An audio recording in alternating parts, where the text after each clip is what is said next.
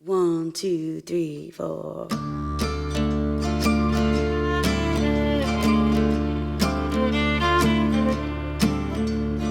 One-legged Roger and his one-legged mother lived in a house in downtown Atlanta.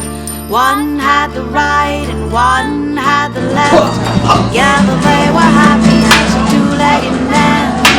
Roger loved his gin. They all picked up for them be him the first prize. Oh, enough.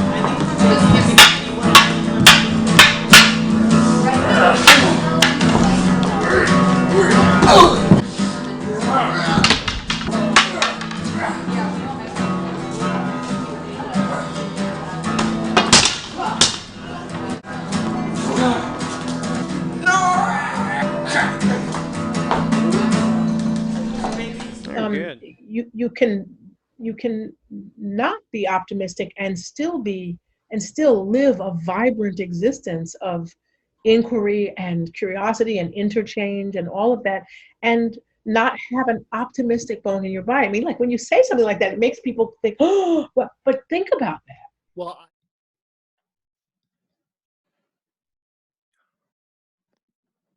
Hey, Dave, how you doing? I'm gonna test my C here. Testing 1, 2, 3, 4, 5. Okay, I may actually just acoustically and just turn you up. There we go. Hey, it's Hey, good to see you. it's great to see you too. Thank you. What are you doing? Are you like jogging 6 miles a day? Are you? Bless your heart. You look I'm fantastic. I started the keto diet about 3.5 months ago or something, and I've dropped 40 pounds. Wow. Bless you, made my day because you noticed. Of course. Well, you've always been beautiful, but you definitely look like, you know. Yeah, I'm definitely I'm trying. And of course we're all on lockdown, right? So I'm nausea and all of that, but I try to snack on the things that I can snack on, which are like nuts and fat stuff. I can actually do fat because it's the whole principle is burning fat instead of sugar and carbs. I'm allowed to have cheese and cream and all that kind of stuff, which is great, but you measure everything. Like you don't just like take a bath in it, so it has been a really good thing for me. Do you like it? Does it feel like discipline, or is it easy? In a way it does, for me, in terms of portion control. That's been the big shift for me, because I just used to like eat all of everything, very unconscious eating, and now I'm very conscious about what I eat. But of course the low grade anxiety that we all are under right now is making me a little nauseous. So I go to the nuts and things like that, and a little cheese and stuff like that, and it takes that away. How are you? You look great, fantastic too. Thank you. All I could see is I could just see my face like a tomato because I finished jogging an hour ago and I still so it takes time. Yeah, because you're looking pretty trim and fit yourself. It's always about discipline. Like I have to do something more than what I want to. I know. It's hard. There's no getting around that. I know it's somehow we always end up. There's always an element of feeling like it's compulsory. There's something compulsory about it. That's a tough one, but there's moments where you feel like you can enjoy it too, right? How are you liking being on the East Coast? How's Bucknell treating you? I've adjusted to it. Bucknell it's very different.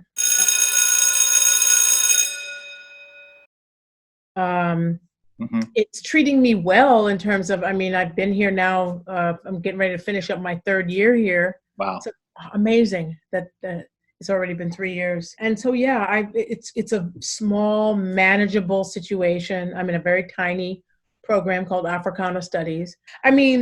Going from a Cal State Long Beach to a Bucknell where, the racial disparity, the wealth is just mind-blowing. The amount of money that a lot of students here, their families are, it's just incredibly wealthy.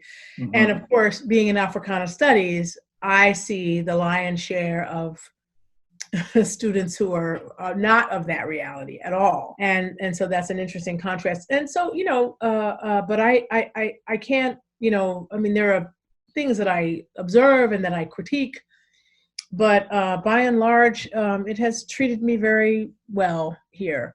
I miss the weather in California unbelievably. I miss the weather. I mean, I really do. And I miss people. There were people that I was out there for 9 years. Yeah. Yeah. I've adjusted to the weather. I mean, it's just become a reality. We have these winters we have to get through, and now it's spring and it's still windy and chilly out and all that. So I get a little impatient with that stuff, but it is what it is. And I get to, I'm closer to Pilar now, and so she's here. We got her out. We safely extricated her and our 3 cats out of the city, and we're here and hunkered down in central PA, and there's a lot fewer cases here, so it feels better. We both are feeling more relief that we're here, and because the city is, wow, it's tense, it's anxiety ridden, and we're braced to hear like who we know of all those people who've perished, and it's unnerving to that what's happening in my city. How does it look for you and the campus moving forward? I heard one scenario is like we might do 2 short fall terms, like come back at the start, leave earlier, come back again, and then leave, something like that. Up in the air, though. How about you all, where you are there in Georgia? Well, I'm adjunct, so yeah. That uncertainty is one. Well, how's your research? How are your projects moving forward? Well, since I'm getting ready to go up for my 5th year review in the fall, and I have a book that I have 2 major book projects. The monograph I'm hoping to is with a press now, and I have to just really crank up soon. I'm just chomping at the bit for the school year to be done. And as soon as I've read and reviewed and graded all of the finals, I am going to be writing on a strict writing schedule and getting this book done. And that book is the one that chronicles and analyzes the 3 productions that I did while I was at Irvine, both as a doctoral student, then a visiting assistant professor, then a postdoctoral fellow. So I did all those 3 productions across that period of years. And, it was intricate doing theater in a climate that thinks it's friendly and welcoming, but doesn't really, its gut is saying, this kind of theater is interrogating something that we don't exactly want the proverbial light shown on. You know what I mean? People just intuit that, and they push back in really odd, unconscious ways. So it was a challenge. So I'm writing a book about those 3 productions called Staging Within Violence: Slavery, the Post-Colony, and Black Modernity. I mean, it's an impossible question for me to ask you, but now looking back on that, yeah. Is there anything that's been illuminated? Like, oh wow, it's just that ego, or it's just those egos, or it's more troublesome than that. It's the department itself. It's even more troublesome than that, because it's not even just the department. I mean, it was the department too, but it's all a soup. It's all part of structural racism. So all of those things, you can't just locate it in someone's ego and say, oh, it's just somebody's ego, because then that keeps it in this as though it's an interpersonal thing. Whereas what I've learned how to do is to read interpersonal dynamics as symptoms of the structural violence, the structural antagonism. I can't like prove this. I can't, it's not written in stone anywhere. I don't have like tangible evidence. I never will. These are things that you just know because you sense them, or you're attuned to them. I mean, I was an MFA when I got there, and I felt like that was an issue for some of the faculty, some of the members of the MFA faculty who I would get these weird vibes from, and it's like, I don't want your job. I'm here doing a PhD. I'm not even thinking about, I don't treat me like I'm some sort of somebody you have to watch out for. But then, of course, as I thought about it, I realized it was more not just that they were concerned about me as a job competitor, but there was something else. And then, of course, I realized, oh, it's the scholarship. It's the thing that rumbles underneath the play and around the play. It's the stuff that I was combing out of these plays and the stuff that I was really confronting head on in these plays that created a disquiet.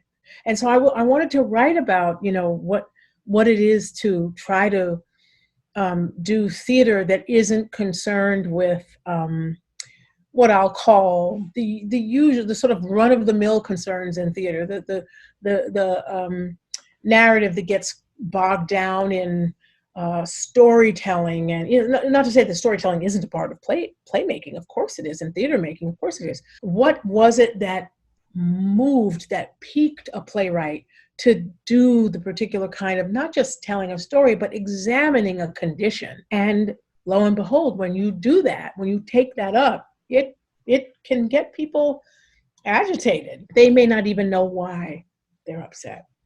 That's the thing. They just move on a kind of anxiety. You find yourself, like the first play that I directed was George C. Wolfe's The Colored Museum. And it was, this was 2011, looking back on a prescient play that he'd written in 1986 about the conditions that incapacitate Black people psychically and physically. And I had seen the original in 86, and I just wanted so much to, here I was in this strange environment, Orange County, California, first of all. And second of all, on this campus that was, at the time, I think it was close to 65% Asian. The Asian population was from, all different parts of Asia. I think Korea, Taiwan, Vietnam, China, and then of course the Asian Pacific population is always very small. But it was an interesting thing because the Black population was very small. After the Asian population, of course, there was the white population, and then and Latinx population, and then Black folks, and then Asian Pacific.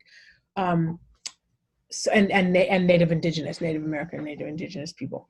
So it's very odd when you're in an environment like that and you feel like, I remember one time I was out in the food court, it was this open area on the campus, and I was eating a slice of pizza or something, and I'm hearing the N-word, and these two young guys just going at each other, N-word this, N-word that, blah, blah, blah. I turn around and it's these two Asian kids, one South Asian and one, I think, Korean kid, and they're just like, popping and breaking and doing all this mocking of Blackness, as if Blackness just belonged to them. And I thought, wow, this is mind-bending, because it's like, what do I do with I wasn't expecting to see them, and okay, this being in Irvine, California is going to be a mind-bender, and there are many, many stories like that. So being on a campus that had that particular racial skew, and then getting anointed in the terrible realization that anti-Blackness is not just about Black versus white. There's another quotient here. There's another way to break that out. That there are also non-Black people of color who just blatantly indulge in Black co-optation, anti-Black performance, and so on. So right. It was quite something. Yeah.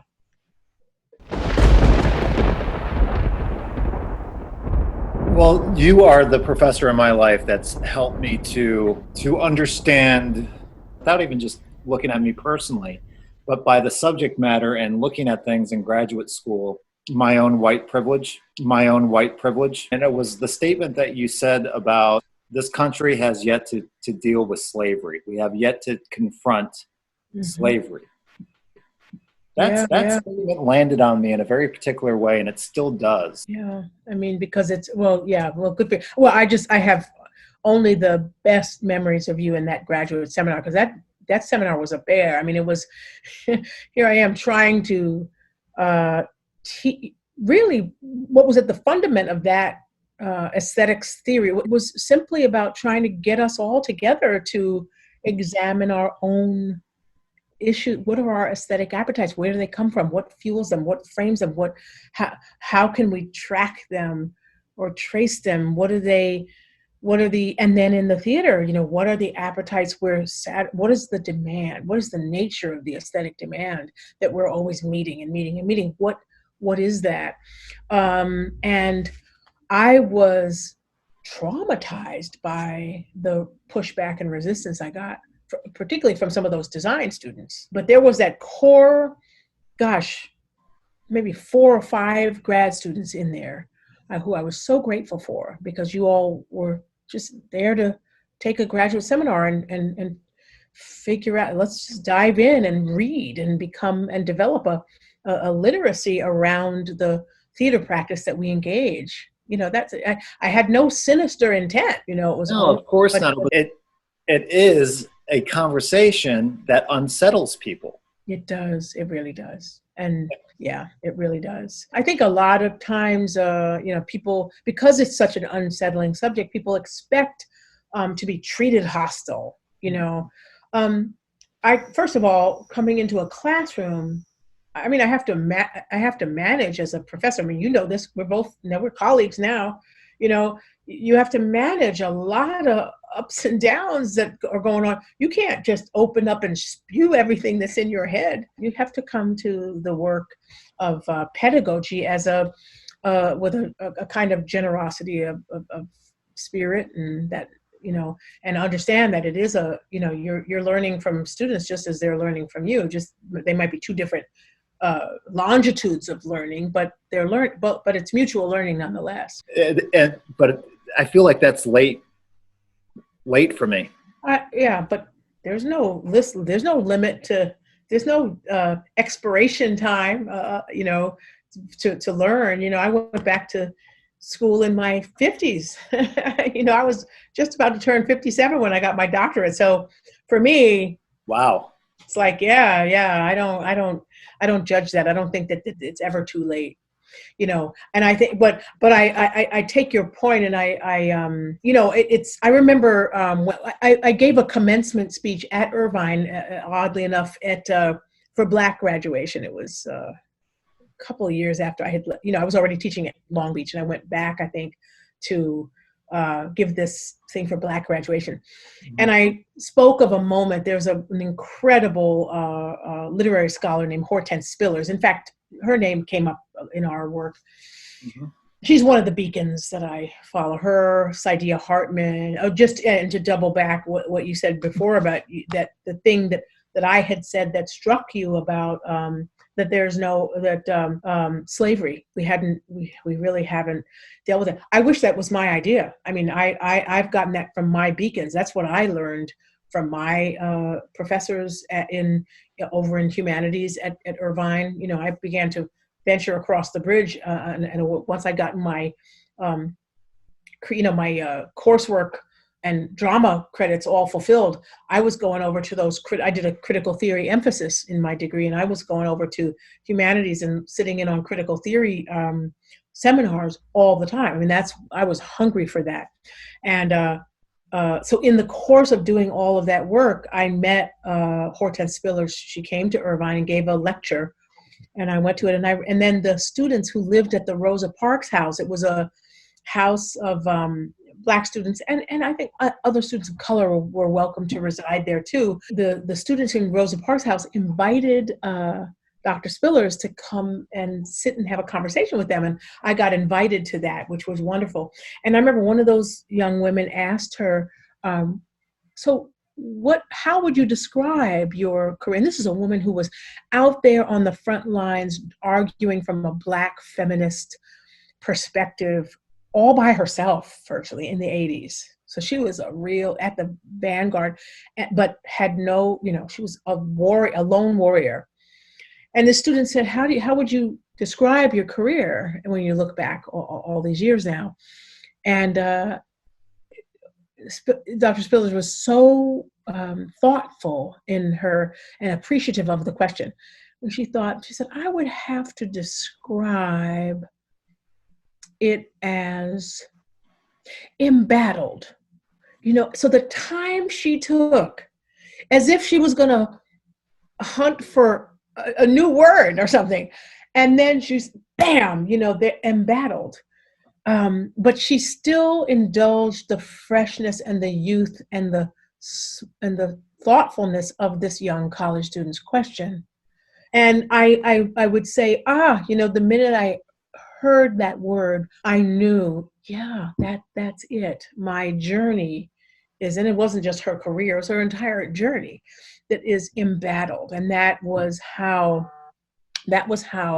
I experienced directing 3 productions at Irvine. It was just, I was embattled. They were gratifying, all that, but there was this uphill, unseeable, untouchable, sort of what's the word? Palpable, but you can't see it, touch it. It's sort of invisible, but it's there. Pressure, pushback against the visions of those that I had in bringing those 3 productions about.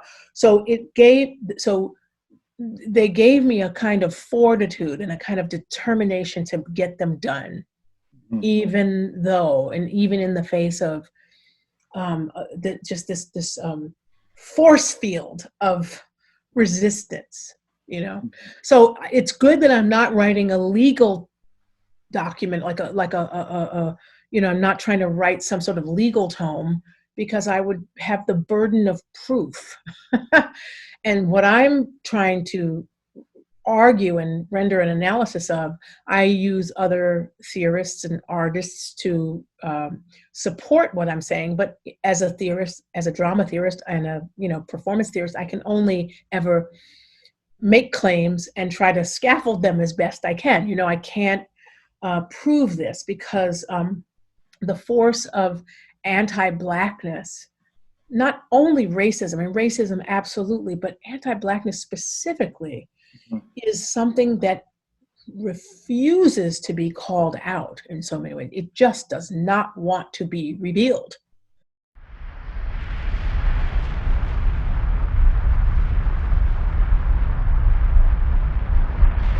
Deal of investment in not being associated with perpetrating anti-Black, but anti-Blackness is as the scholar Christina Sharp talks about, it's the weather. You can't, the weather will slap the hell out of us, right? But you can't necessarily see it. I mean, you can see the trees bending to it, but you can see the snow and the sleet and all that, but you can't really. I was an apprentice with the Atlanta Shakespeare Company in 2002. There was one Black actor in our apprentice company. Now I go back to do a show with the Atlanta Shakespeare Company, and people of status in the play of Twelfth Night, they are African American. Mm-hmm. And I can see, wow, and in the dressing room that it's more diverse. I think, is that progress? Yeah, or good. Is that, why wasn't I thinking this back in 2002? Mm-hmm. It was real. I think the burden of the journey of awakening lightens when you stop. You have enough work to do to awaken to things. Right. You make it harder on yourself when you beat yourself up for. Yeah, and I feel bad because I don't feel that. I don't feel like I'm flogging myself. Yeah. It's the same feeling I have with my coming into my own queerness of realizing, for many years I was homophobic. Right. Culturally, I was raised with very little role models of what it was like to be masculine and gay, or what that means. What that all means, yeah. And so you just knew that what you were, I don't feel comfortable in my own tribe. Who are you? And then who are you? Yeah. It's definitely a journey. So I'm not beating myself up when it comes to that. I'm just being aware of, gosh, I didn't see it. No. I didn't see it. It was there. No, that's right. People have this presupposition too, that just because you're queer, that you're not also subject to having internalized all those phobic preconceptions about. Because I think I had a fair amount of homophobia in me as well. And I knew from probably about age 4 that there was something funny about me. But it becomes this, so you end up being a co-conspirator. You end up being a co-conspirator in the secret about it, because we had I'll try to anonymize this as much as I can, but there was a man who worked with my pastor, the pastor of the church I went to. And he was married with 2 kids, but I always sensed, as I think a lot of queer kids do, we sense those affinities, we sense those people that are like that are part of the tribe. We just don't, you get that, what they call it, gaydar or whatever. But, I sensed that there was something different about him, and I don't know what the telltale signs were, but there were these little tells. And I didn't even have that language as a kid. I just knew that this was a kindred spirit.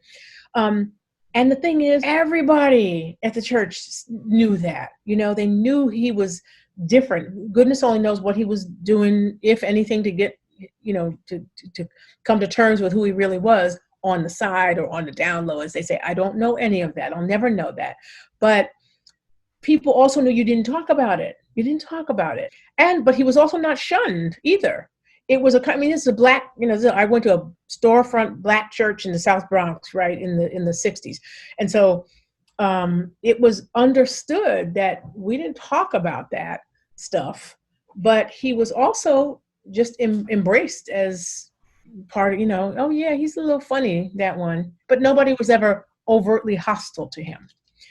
Because I think Black folks understood that, and I try to explain this to people now, that his gayness or his queerness or his funniness, as they used to say back in the day, was a complication to his Blackness. He got enough headaches on you, to carry being a Black man, and then you got that, whatever that is, to contend with too.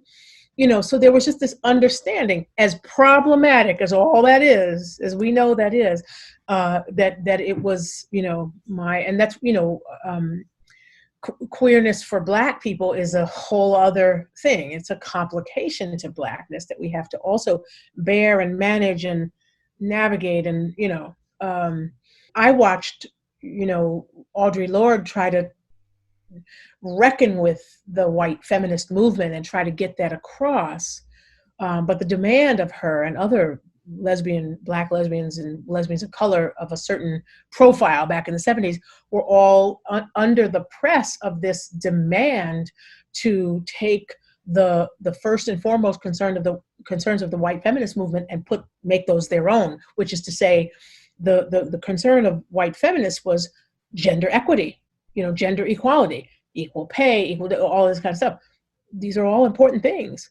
But for Black queer women, it was like, and Latinx queer women, it's like, it's a little, we would probably put the lists of priorities in a different order, because it's a different longitude of struggle, which is not to say one is better or worse or more. They're just different longitudes of struggle. And of course, so what happens when they cross or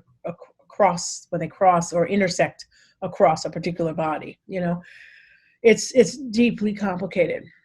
So I always appreciated you and Mark and Asha and there were a couple of other grad students whose faces I can see now and I can't get their name, but you all were my saving grace, because you just sat there open to the exploration that I was trying to forge in that graduate seminar of examining. Here you have Adorno, this book that was just this rant, like 100 pages. And he was a progressive. He was a progressivist. He was like a fight. He pushed back at traditional notions of aesthetics, and I was still daring, because I thought, well, it's a graduate seminar, we can do things like this, right? We can even push back at him. So I just wanted to have some robust intellectual fun in a sense, with a room full of other people who were there to think along with me, you know. But for me, it changed the way that it became a paradigm shift of sort. It did, because it made me look at, well, what are the books that I would put on the syllabus? Yeah. Who are my favorite actors? Yeah. Is there a brother in the bunch? Right. Is there? In the bunch. Yeah. Because if there's not, my scope is very limited. Yeah. And open it up. It challenged my aesthetics. Of course, it challenged all of our aesthetics, because we've all been saturated by the Eurocentrism of the theater that we work, or that you work in, and that I, you know, am now in restless relationship with, you know. We all had to, the point was to make us all grapple with it. I didn't expect that it would, that I would be, you know, positioned as such a hostile figure because of, you know, asking a question. What informs our aesthetics? Very hard. Do you expect that pushback now? Yeah, I get it still. I mean, I work with undergraduates here. I still get it. It's very, and sometimes you know, when you're dealing in it's very rare here, because the Black population is so small. We see the lion's share of Black students because I'm in Africana studies, and so we will. But mostly my classes are going to be predominantly white students with a core of Black students and Latinx students that come in, who are interested also in Africana study, in the African diaspora, because the diaspora is obviously not just the U.S., but it's also the Caribbean and also South America, and also, you know, it's the world really. There is that thing, that feeling in the room, these white students who are straddling two different emotional tenors. One, I have, you know, I'm just, I think I can just come here and get this easy A, because I have this has nothing to do with me. This isn't relevant to my life in any way. My career trajectory is all set for me, and, you know, I sure hope you're not going to make me think about anything too hard. Yeah. Right. And when I see those students that are in those camps, I just go, well, that's unfortunate, one, It is. but it's also dangerous. And it's also very dangerous, and it can be costly. It can be terrible. So I've learned the art of, you know, I practice my Aikido mentally. You know, I've learned how to, and there are times when my emotions well up in me. I get pretty upset about things. I'm trying to like call a particular example. Yeah, what ignorance really upsets you in the room? Oh gosh, I think that there are a lot of examples, but like, and I'm trying to think of one without, you know, outing the student. Yeah, or, you know, when you are standing on your head doing all kinds of acrobatics, trying to get across the difference between a structural analysis, an analysis of a set of conditions that a people suffer. So, you know, so imagine trying, like I'm just finishing up a course on August Wilson's 5 of his 10 plays, and trying to get across, for example, the fact that you cannot analyze Wilson's characters as simply characters who are along a timeline with rising complications and conflict, denouement, resolution.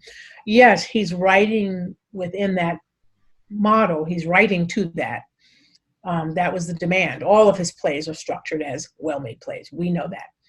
But we can't read them as such, because in the same way that, and I think we talked about this a long time ago, if you hold Troy Maxon in Fences up to Willie Loman in Death of a Salesman, sure, you can find some very interesting parallels in the troubled family dynamics, the fact that the two men are melting down in their own ways, having you know, what at first blush looks like existential crises and all of that. But you cannot evaluate them on the same thing. Miller is writing and interrogating what's happening to the American working class as a result of the what the pressures on the patriarch as a result of industrialization and what that's doing to even in that era to mom and pop shops and individual self-employed people who were from a whole different era of neo-immigrants who were trying to make their way in America and define themselves and all of that stuff. That's very real. Mm-hmm. But Miller is interrogating that, and Willie Loman's catastrophic meltdown is based on a whole sort of presumption of universal existential struggle in the face of the complications that industrialization is bringing, in the 20th century. And this is it's a deeply complicated play. And then there's the intergenerational responses to that are very fraught, and the fallout between him and Biff and him, Biff's breakup, all of that stuff. This is all, now you take Troy and Corey, his son, and Corey wants to play sports, and Troy, who could never get out of the Negro Leagues and wants to play pro ball, starts to bear down on his son and say, no, you're not going to do that. They'll never let you play, and all this kind of stuff. And so you start to say, oh man, you big bad ogre, you can't press your son like that. Let him discover himself.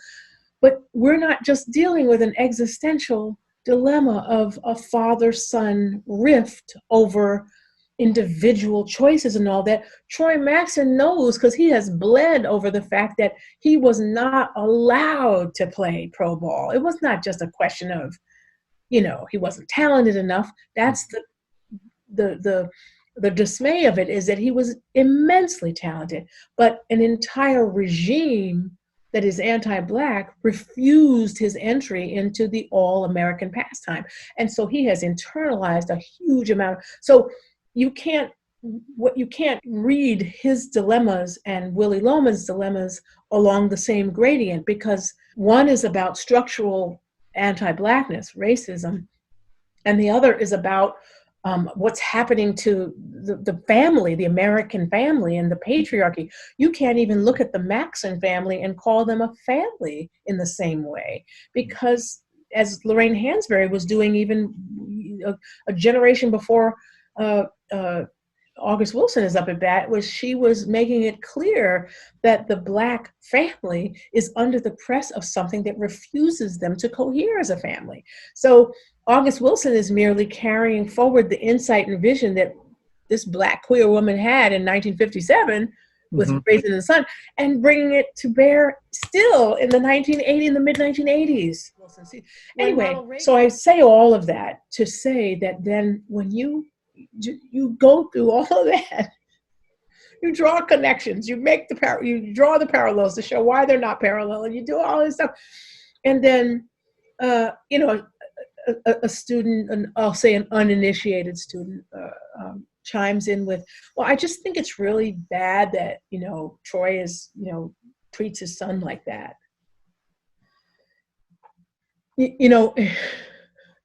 The exhaustion that you feel, it's like, well, of course it's not good that he treats his son like that. But what I'm trying to get you to is the meta theory of this, the meta analysis of this it's the why he does it. We don't want to be stuck in the that he does it. Right. Because that anchors us in characters' concerns and character motivations. And that's where the theater as an industry is anchored. It becomes behavioral. Behavioral, right. And you, rather than reading behavior as symptom.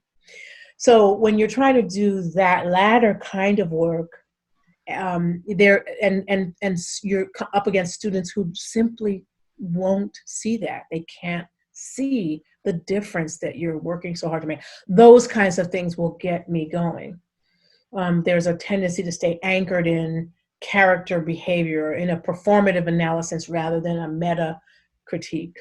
And I'm committed to the meta critique. I just am, because I see that as where not where any solutions are, but where the clarity is about stuff. I don't care that like Troy Maxon steps out on Rose because he tells her in the play, he said, yeah, because I'm trying to get relief, or just have this woman that he's gives him relief from the constant reminder of the struggle he's in. For people to stay in a mindset then of saying, that player, that's so messed up that he's, well, of course it's messed up, but we have to look at the why, not as trying to let him off the hook, but to try to see the various implosions, because we don't to understand why is not to dismiss Rose's feelings or not to dismiss the other people. It's to read why people do what they do, which is a very theater-centric set of concerns, but to read why they do what they do based on a structural implosion rather than just an interactive, interpersonal thing. The interpersonal is where the symptoms play out. So reading things symptomatically as opposed to character motivation is something that I'm trying to add to the mix of how actors go about doing the work that they do, to carry both those things. And when students just have this refusal to see it, it's not that they're trying to be, trying not, it's that unconsciously they have just, that conditioning is so ingrained in them to read everything like it's a teledrama, like it's on Netflix, Mm-hmm. And Netflix has some bad shit going. Oh, I don't know if I can curse. Of course you can. Yeah. Okay. So it has some great. I mean, I'm doing my binge thing on Hulu and Netflix too. Mm-hmm. I got my things I'm catching up on, but the point is, it's to be able to have that a sort of bifocalized or multifocalized vision, so that you can read the what happens, and this, and then he does this, and then she does this, and then they do that, and then. But to then have a set of tools that allow you to do a meta critique of, so you can have several tracks running at once. The analogy I use is, or the metaphor I use is the conductor, the orchestral conductor. That conductor has a mode of reading that's not just reading the trumpet line, mm-hmm. but that's reading everything. That conductor has to get trained in reading all those lines at once on that score. It takes curiosity, a little bit of interest, it does. A little bit of humanity. I'm glad that I have a teacher like you that helps me to focus on these tools that, again, are not as sharp as I would like them to be. Well, that's the journey of life, is we got to just keep sharpening those tools. There are people who are passionately committed, apparently, to being as dull and dense as they get. And how we all live a nightmare because of it.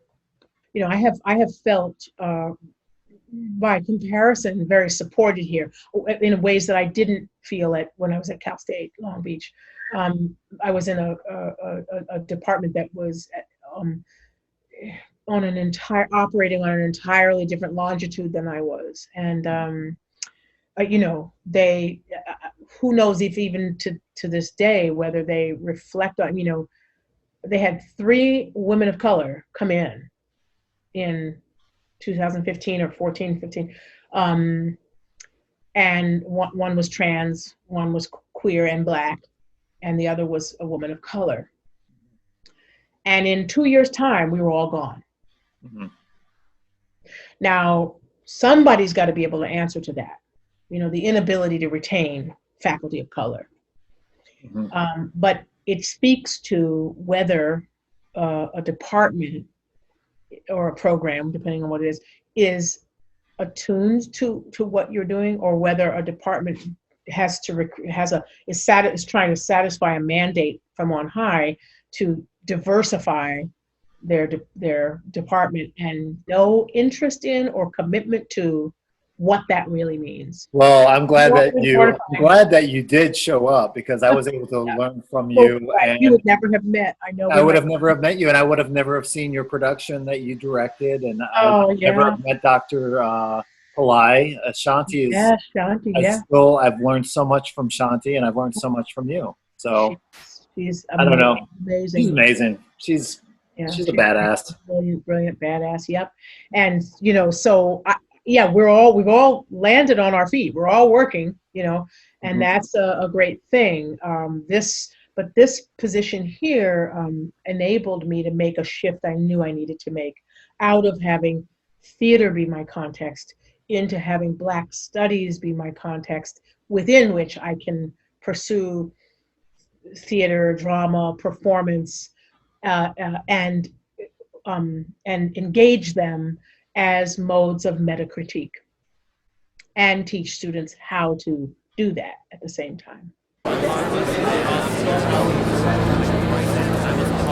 this COVID-19, and the plot just keeps thickening and going back and forth, and just the nightmare just continues, and it rolls in and it rolls out, because never in our lifetimes did we think we would see another plague that would push the nightmare of AIDS to this whole other dimension. But we never thought, not only did we never think we'd be in this, but we never thought that we would be in the meta nightmare of it. And you know what I'm talking about, how deep the fault lines run. And people are, making, the progressivists making these declarations, and I'm glad to see them articulating that the majority of these people, the people dying are Black in so many, but it's like, but this is not news. I mean, like, are you really surprised at that? I mean, if you've been following and analyzing how this always shakes out, why should that surprise you? In terms of how cities are structured. Right.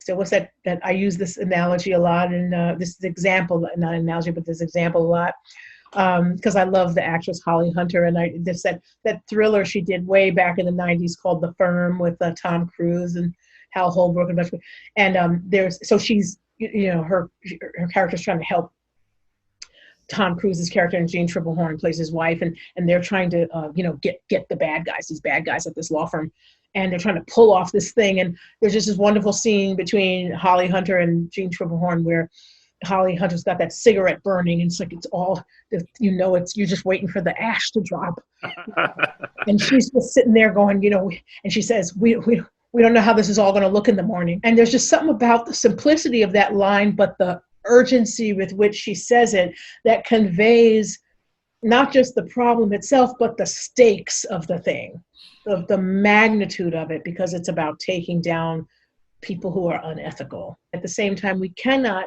presume universal unity even in any of this, because of the tale that is being told in the demographic breakdown of the deaths and the absences of resources. I mean, the absurdity and the shit show of watching the medical profession be brought to its knees, questioned for giving the bare truth about the resources that it needs, is a kind of grand guignol I never thought I'd live to see.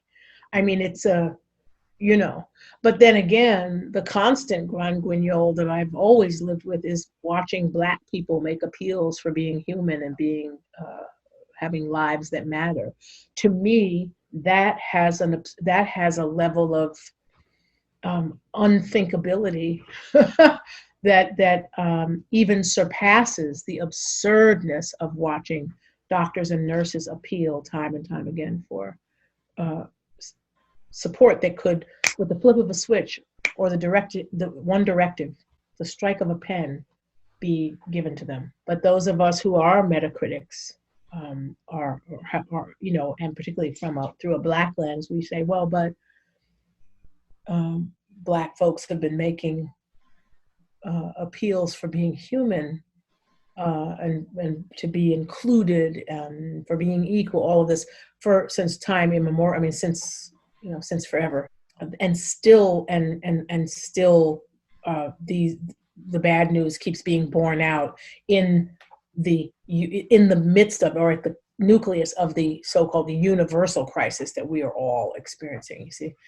So I think it's a thing about just being committed to never leave that meditation. And that's the thing. I remember there was a professor at Irvine in the drama department who asked me at some point, don't you ever take breaks? Don't you ever take a break from that?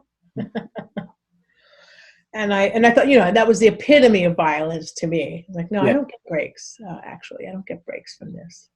I'm in the staying, as Christina Sharp would call it, staying in the hold. On that, what is the advice to the student now who is scared, who doesn't see a point because things have shifted, they have changed forever? What's the call for the artist now, scholar now, for the educator now? For me, it's what it's always been. That's the thing. It's no different now for me than it's ever been. And that is you got to keep your scope open. You have to see the breadth and the structure, the larger picture, the larger thing.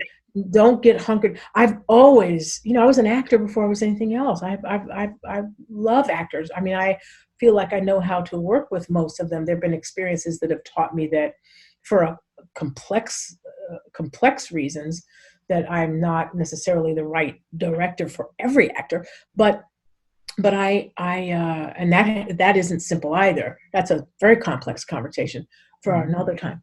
But sure. I think I've always been an advocate of actors thinking on their feet.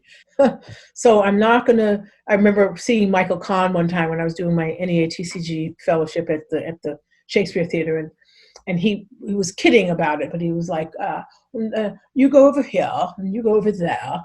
And it was a moment of humor. But the thing is, I think that there are lots of directors who think that's actors are implements and you just use them. Somewhere along the way, and I think that there have been many perpetrators of this and many people who've had their own agendas about becoming actor gurus have transliterated that or transmogrified, I would say, that very robust process, that the Africans were engaged in, that the Greeks were engaged in, that the Romans were engaged in, of dealing with the Romans more through comedy, but dealing with understanding something about ourselves and ourselves as a commune of people, a community of people, a civic, a social body of people. That's not one dimension there. There are many layers to coming together and observing and being open to reflect things being reflected back. It's not all about feelings and emotions. It's also about the techniques and mechanics and intrinsic interplays between people that result in all these kinds of things: the class issues, the gendered issues, the power dynamics, all of these things that are operating. So a contemporary playwright is writing a play for you to take part in as an actor because you're a co-thinker. How in the hell did we get to a place where the actor is not a part of that conversation? What does politics mean? I'm not talking about party politics or bipartisan politics. I'm talking about politics in terms of asking what is ethical and what is not ethical, what is good faith, what is bad faith. Actors who are much more engaged in that do a much better service to the playwright because they're able to get back to what the playwright was thinking about, either consciously or what we're stirring underneath. Black playwrights are responding to something that I know is a condition that is of long durée and it is ongoing and that involves violence and death. Mm-hmm. And I want to keep probing that because while I don't see Black life or Black existence as reducible by it, I am concerned with seeing the way in which the world doesn't care about that in many respects and continues trying to reduce Black life, And so that's why I want to bring analysis to work instead of just being a producer of it. I do that. Forged a very good relationship with the theater and dance department here at Bucknell, and slated to direct Crumbs from the Table of Joy, Lynn Nottage. But we have put the in rep, in a sense, with Appropriate or Appropriate, depending on which is Brandon Jenkins' play. And those two plays were going to be in conversation, but we've now going to put it off a year because we want that whole project to be intact. Right. And so we're going to put it all off for a year because of this whole crisis. But yeah, I just did a wonderful interview with my old colleague, Antoinette Nwandu. Her career is on the rise because of her, that. So we went to grad school together at NYU. And it was a wonderful reunion. And so we're, so I'm very engaged with theater, but just on very different terms now. I mean, I want to see more of this. I want to see less of this. I don't mean that you act without devoid of feeling. I mean, I think that the theater, intelligence of the actor. Yeah, the intelligence of the actor, the intelligence of the potential conversation. It gets shunned as I hear people. I used to hear it when we were at Long Beach together. I'd hear comments that would just make me crazy about people are thinking too much. It's too cerebral. It's not enough here. It's like, I don't think we have enough cerebral, frankly, in the theater. I think it becomes bogged down in these lexicons of emotion and feeling and senses. Those things in and of themselves are not bad things, but to presuppose that to intellectually engage is to shut off those things. I don't know where that misconception entered the frame, as it were, in theater. I think it might have been somewhere because the opportunity was there in the 60s. Yeah, it's time and money. I think that voice as an impatient director is like, get out of your head. No, what the actors is experiencing is a tremendous amount of interference or fear or paralysis. And it's not because that they're intelligent or that they're thinking through the process. And it's just become part and parcel of how actors have come to think. Think the shit out of it. Okay, there you go. Think the shit out of it. So there you go. Look at us. We're swearing, both of us together. Yeah, exactly. So taking up intellectual enterprise is, I think, the thing that not just intellectual for intellectual sake. That's the other thing. There are plenty pompous asses in the ivory towers, absolutely, who just talk to hear themselves talk. There are no stakes in what they do. They are, many of them, in crises about relevancy now because they just talk to hear themselves talk and to hear their own brilliance. That kind of gratuitous intellectual indulgence, I don't have any interest in either. I think intellectual engagement for the purpose of examining and analyzing life and the conditions that people live and suffer is what actors often don't. They get so much here with the interpersonal that they forget that there's a whole world that the playwright was responding to. They sort of forget, in a certain sense, the playwright. They forget the playwright in a way. The playwright's original germ, the germ of why a play comes about. The playwright isn't, it might be some little something that seems innocuous, but the playwright is responding to a whole world out there of stuff. Here, listening to you, being grateful for my education and having a teacher like you still in my life is gratitude is the only word that I can think of. Going, and doing your thing. And so I trust we will stay in touch. You will. You're not getting rid of me. Or you of me. Can we do this every Tuesday and Thursday? Oh, gosh. If only. But I got to get that. I told you about that job security, man. I got to get that book written. All right. Well, thank you, David. This has been wonderful. You're wonderful. Oh, so are you. Okay. So bye for now. Bye for now. Thank you. Bye-bye. Oh, I wonder if they'll bury him with his wooden